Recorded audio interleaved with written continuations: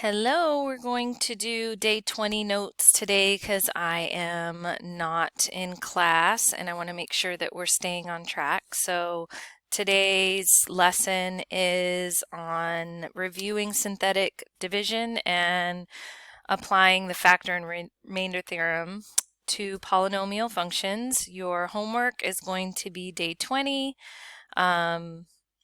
And then there's an ed puzzle waiting for you in Google Classroom, and that will be due Wednesday. Remember, the end of the quarter is Thursday. So pretty much you should have everything in. All your corrections should have been in last Friday. And so here we go. Okay, so if you remember from Algebra 2, you should have learned how to do synthetic division. Find my pen here. I'll just use this one. So in order to do, I hope this reaches. Okay, in order to do synthetic division, you need to be dividing your polynomial by a linear expression, polynomial expression. Your divisor needs to be in descending order of exponents. Okay, and when we do synthetic division, remember we draw the upside down division sign. We're going to take this factor, set it equal to 0 to figure out what our 0 is, and then that's what we're going to use to divide by. So remember there's 1, 2, 3 lines of information here. So we're going to have a line of numbers here, a line of numbers here, and then at the bottom a line of numbers. So in the top line I'm going to put the coefficients of the polynomial, of the divisor. This is called the dividend. Okay, the answer is the quotient, and the last number here, we call that the remainder. Okay, so we're going to bring down the first number, -3, and then the process is multiply, add, multiply, add, multiply, add. So I'm multiplying 1 times -3, and then adding -2 and -3, and then multiplying 1 times -5, and then adding 2 and -5, and then multiplying 1 times -3, and 1 minus 3 is -2, and -2 becomes your remainder. And then it says, does it say anything else? Just perform synthetic division. So let's do the next one. So again, this is our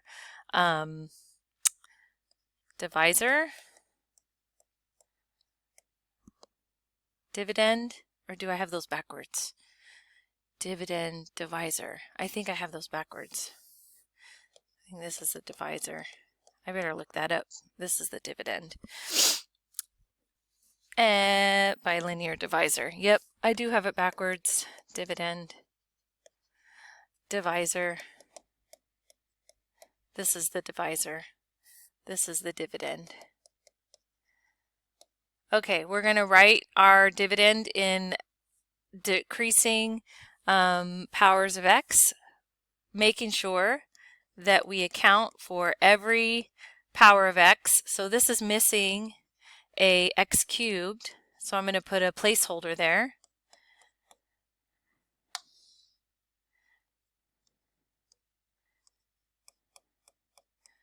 All right, and then we're going to make our upside down division sign. And then I'm going to take x plus 2, set it equal to 0. That gives me -2. So that's what I'm going to divide by. And then I'm just going to put the coefficients of the dividend in the first row, and then it's the multiply, add, multiply, add, multiply, add, multiply, add, -26, -29. Negative 29 times 2 is 58. Negative 2 is 58. So my remainder is 61. Okay, over here, again, we have a linear divisor. So I'm going to take 2x minus 1 and set it equal to 0. That gives me 1/2. So I'm dividing by 1/2.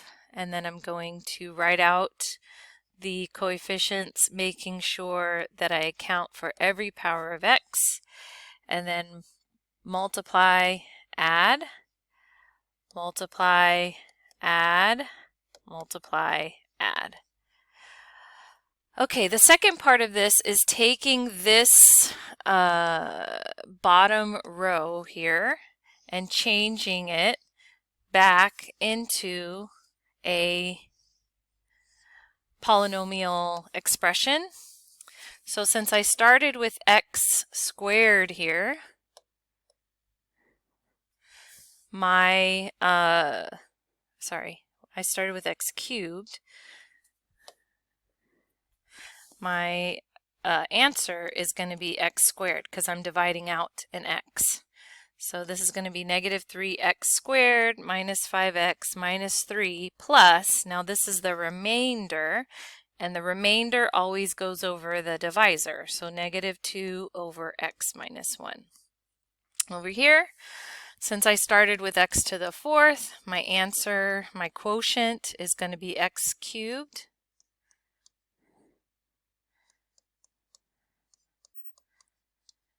All right, and then my remainder goes over my divisor, x plus 2.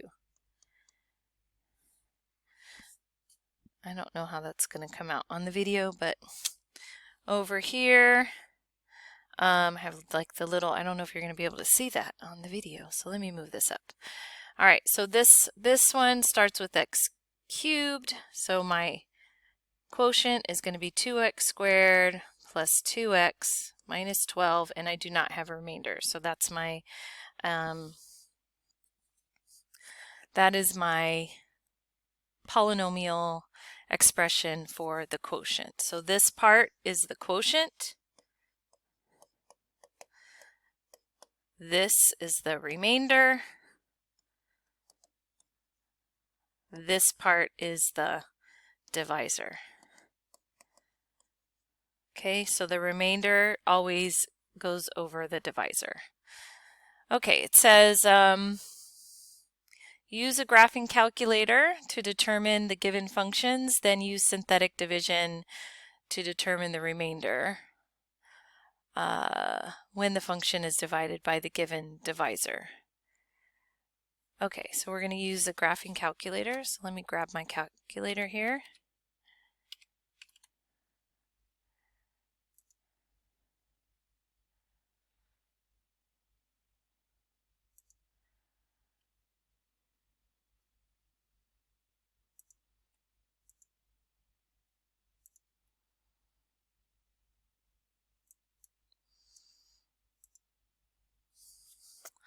So p of x is x cubed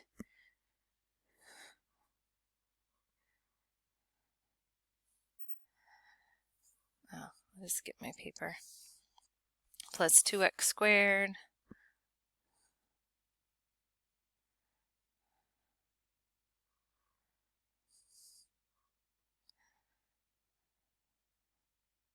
got to make sure you get out of that exponent place.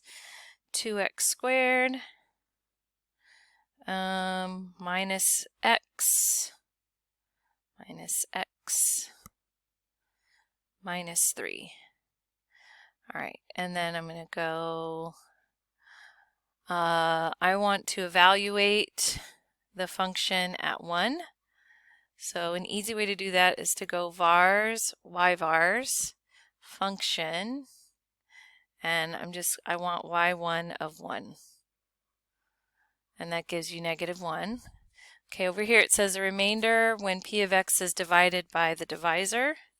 So I'm going to take 1 and I'm going to divide it into 1, 2, negative 1, negative 3. So over here we got p of 1 equals, what was it equal to? Negative 1. Over here, bring down the 1, 3, 2, and my remainder is negative 1. Let's try it again. So now we have a function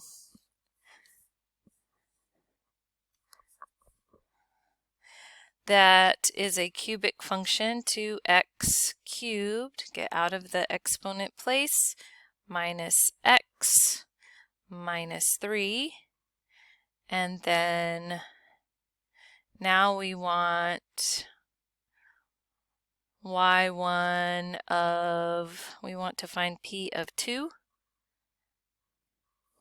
And that's 11. So p of 2 equals 11. Now we'll go over here, x minus 2 equals 0, so we're going to divide by 2 in our synthetic division. And I need to make sure that I'm accounting for every power of x here, right? So there's no x squared, so I need to put a 0 in my division. 4, 8, 7, 14, and 14 minus 3 is 11. And you should be seeing a pattern here. Let's just do one more.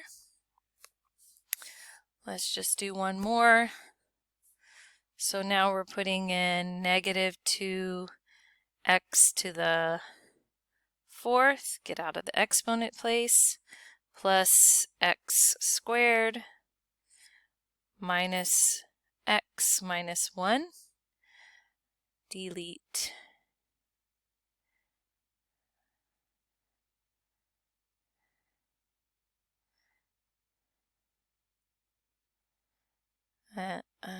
Kind of messed up on that, didn't I? X squared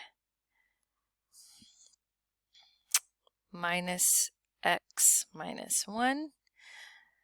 And now I want p of negative 1 is negative 1. Okay, and so if I do x plus 1 equals 0, that gives me negative 1. So I am going to move this up so you can see it.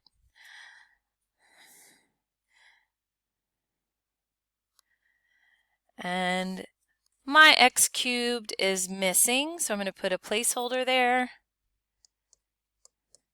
and synthetically divide.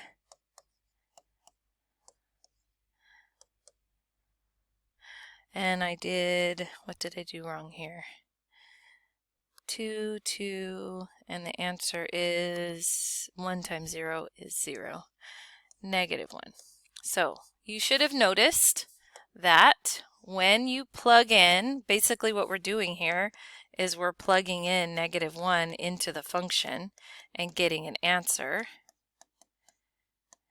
When you're plugging this number value for x in, you're getting the remainder. When you plug in 2 and divide by 2, you get the remainder. When you plug in 1, you get negative 1. When you divide by 1, you get negative 1.